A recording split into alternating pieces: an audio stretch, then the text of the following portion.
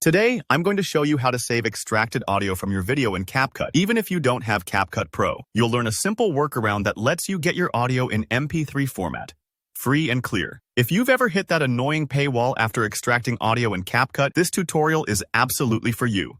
By the end of this video, you'll know how to grab your audio file from any video and export it without paying for the premium upgrade. Alright, let's dive in. First things first. You'll need to extract the audio from your video. Open up CapCut and import the video you want to use. Click on your video clip in the timeline, then look for the audio extraction option, usually labeled Extract Audio, or sometimes there's a little music icon. Hit that, and CapCut instantly slices away the audio from your video, placing it on its own track in the timeline. Now, this is handy because it lets you use your video's sound for whatever project you're working on, remix it, or just save it for later. You don't need CapCut Pro for this part.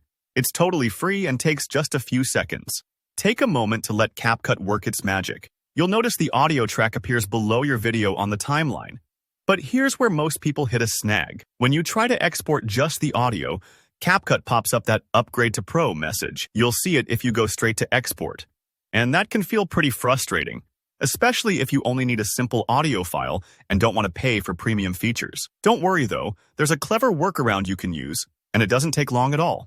Once your audio is neatly extracted and showing on its own track, what you want to do is copy it. Right-click on the audio track and choose Copy, or just press Ctrl+C if you're on Windows, Command+C on a Mac. It's just like copying and pasting text in a document. This step is crucial because CapCut sometimes treats the first extracted audio as linked to the paid export, but a pasted version is treated differently in the export process. So, copying ensures we can keep working without running into the paywall again. Now, with the audio copied, delete the original audio track from the timeline. Just click on the audio and press Delete on your keyboard, or right-click and choose Delete. Don't worry that you haven't lost it. We'll bring it right back in the next step. This helps reset CapCut's export logic and gives you a clean track to work with. Next, paste the audio back onto the timeline. Just click into the track area and hit Ctrl+V or Command+V. Your audio reappears, and this version isn't flagged by CapCut's export restrictions. It's a little sneaky, but it works. If you've ever copy-pasted text to fix weird formatting, this is quite similar. Now, head back to the export settings. Click on Export like you normally would, and check the audio-only option. You should see a menu that lets you select a format. This time, make sure to choose MP3. MP3 is a super versatile audio format that works pretty much everywhere. On phones, computers, all sorts of editing software.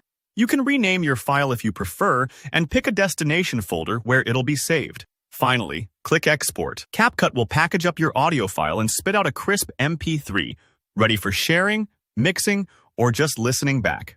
That's it. No pro upgrade needed. Just a little extra step to outsmart CapCut's restrictions. If you found this tutorial helpful, don't forget to hit the like button and consider subscribing for more easy, practical editing tips. And if you have any questions or if you ran into any snags following these steps, drop a comment below. I'm always happy to help. Thanks for watching and see you in the next video.